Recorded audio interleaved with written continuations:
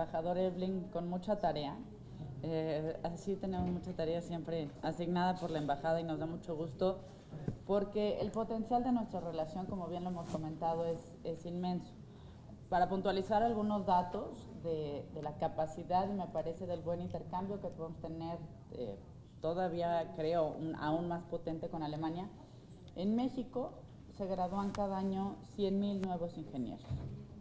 Esta es pues una base que muy pocos países pueden ofrecer, tanto para la juventud como también para la productividad, que al final pues ayuda no solo a esa juventud que busca empleos, sino a toda la población.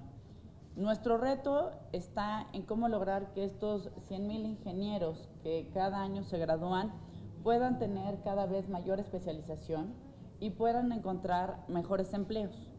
Y ese intercambio me parece que solo lo vamos a encontrar precisamente a través de ejercicios como el que tenemos con Alemania, donde se da el intercambio tecnológico, donde hay una alianza comercial, donde aprendemos a construir juntos para venderlo a un tercer país.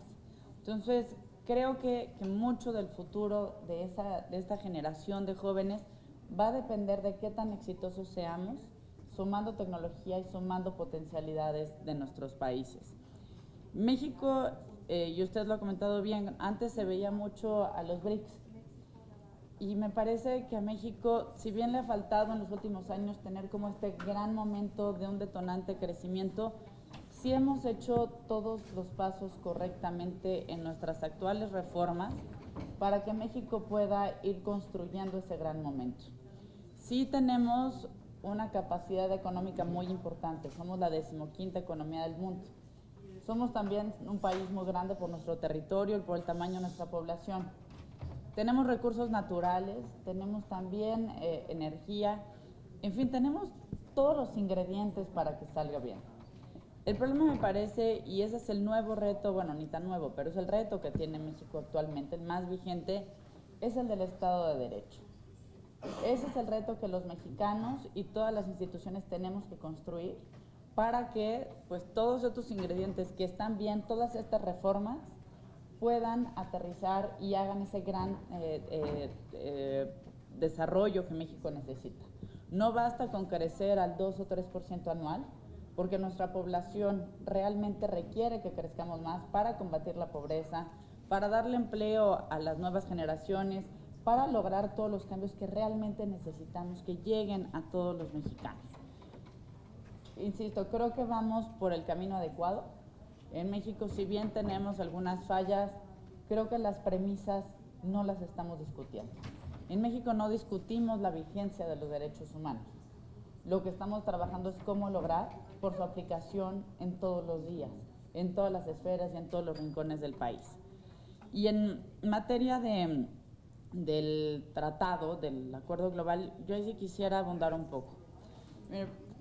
Y lo digo como una preocupación personal, que no dudo que se comparta en otras instituciones, pero es una preocupación muy personal.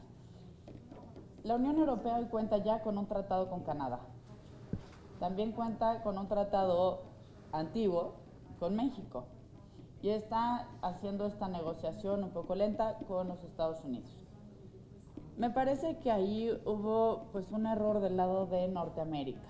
Y es no haber hecho una negociación Norteamérica-Unión Europea, porque eso permitiría que las cadenas de valor fueran mucho más eficaces para lograr un mejor comercio. Al tener los tratados por separados, Canadá, Estados Unidos y México, aquellos empresarios que han logrado integrar cadenas productivas, por ejemplo, al norte del país, donde pues ya es muy difícil distinguir en un mismo producto cuáles son los componentes que vienen de Estados Unidos, de Canadá o de México, ese productor que ya entiende muy bien las reglas de libre comercio y que es muy talentoso, difícilmente va a poder jugar con estos tratados con la Unión Europea porque las reglas de acumulación de origen no van a ser las adecuadas para este producto que sabe jugar en el libre comercio. Y eso para nosotros es importante porque le doy nada más un par de cifras. México intercambia con los Estados Unidos más de $1 millón por minuto. Es decir, hay un gran potencial exportador en esa zona fronteriza. Si sumamos la economía de los estados fronterizos de Estados Unidos y de México, es decir, el sur de Estados Unidos y el norte de México, podría convertirse en la cuarta economía del mundo. Competiría, digamos, con Alemania. De ese tamaño es el potencial de exportación y de las personas y empresas que hoy saben cómo se pueden conjugar productos, bienes, servicios, más allá de una frontera o incluso del ahora tan famoso muro. Y precisamente es con ese tipo de reglas con las que quisiéramos que México también pueda seguir trabajando con la Unión Europea, donde aquellas personas que han entendido que el libre comercio trae beneficios, trae empleos, trae inversiones, no se queden rezagados porque no estamos haciendo a tiempo esta renegociación de nuestro acuerdo global. Es por ello que yo siempre subrayo la importancia, no por un desdén al acuerdo vigente, sino porque creo que ya se quedó un tanto rezagado. Y sobre el tema de los refugiados, que la verdad es el tema al que más tiempo le he dedicado en mi trabajo como senadora, quisiéramos conocer más a fondo, y si después pudieran enviarnos información sería muy interesante, de cómo a través de los gobiernos locales se puede trabajar, es una mejor perspectiva de atención con los refugiados, con los migrantes. Al final, si pensamos que todo fuera políticas federales, sería prácticamente imposible habilitar una buena política de inclusión.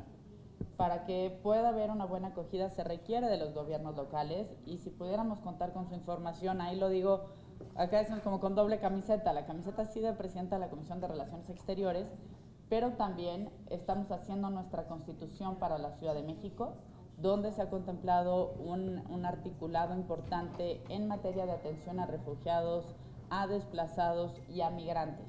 Entonces, pues vendría muy bien que de la Baja Sajonia y de la Ciudad de México pudiéramos compartirnos ese conocimiento, sobre todo, insisto, en las políticas de acogida y de integración. Y nada más para dar una idea del tamaño del fenómeno al que nos estaremos enfrentando acá, este año calculamos que crucen por nuestro país alrededor de 500,000 de personas, principalmente provenientes de Centroamérica, pero también con un reciente fenómeno que no se había visto en México, por lo menos yo no lo había visto hace un año, es bastante reciente, y es la migración que empieza a venir desde África, desde Medio Oriente. Ya empieza a suceder esta migración que pues llega hacia Sudamérica, cruza por México tratando de llegar a los Estados Unidos, y donde pues cada vez también es más difícil que puedan cruzar o que puedan solicitar asilo. México va a tener que afrontar esta problemática. Y si bien tiene usted toda la razón cuando dice que el mundo debe enfocarse en las causas, en lo que encontramos cómo enfrentar las causas, tenemos que atender a estas personas.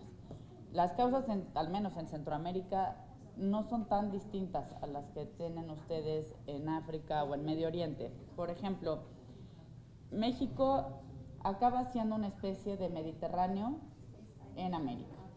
Por aquí cruzan, por aquí muchos mueren, por aquí muchos otros igual y consiguen trabajo, pero no logran tampoco después contactar a sus comunidades de origen.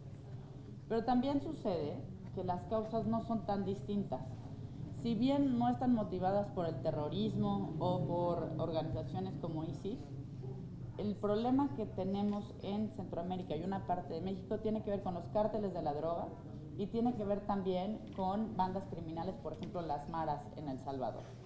Esto que ha llevado a que, por ejemplo, los índices de homicidios en Honduras, El Salvador o Guatemala no son tan distintos a los que se ven en Irak, Afganistán o Siria. Incluso son mayores las tasas de homicidio en el Triángulo Norte de Centroamérica que en Sudán del Sur o que en Yemen, países que se encuentran en un grave conflicto. Por eso me parece que si bien ahora hay 500,000 de personas cruzando al año por nuestro país, esta cifra va a crecer. Van a crecer también las solicitudes de asilo, va a crecer también mucho la presión hacia los Estados Unidos, y Estados Unidos ha tenido un poco la misma respuesta que ha tenido la Unión Europea, y es que en lugar de que, como la Unión Europea depende de cada país, en los Estados Unidos depende de muchos estados, de cada estado, cómo va siendo la recepción o el rechazo a los migrantes. Entonces, yo sí quisiera aprenderle mucho a la Baja Sajonia. Hay mucho que podemos nosotros hacer. Insisto, creo que estamos a tiempo de no convertirnos nada más en un lugar de paso donde pues algunas personas vayan a perder la vida, como sucede en el mar Mediterráneo, sino que podemos convertirnos en un ejemplo de una política humanitaria como México ya lo fue en los años 90. México todo el siglo pasado fue hogar para refugiados de España, de Argentina, de Uruguay, de Brasil, de Chile, incluso de Alemania. Hay mucho que todavía podemos rescatar de nuestra propia experiencia, pero también de la reciente que ustedes tengan. De nueva cuenta, muchas gracias por estar aquí en nuestro país. Espero, embajador, que disfruten los invitados de buenos restaurantes de comida mexicana y pues en algo podemos nosotros también servir desde México para consolidar esta gran amistad. Cuente con nosotros en el Senado de la República.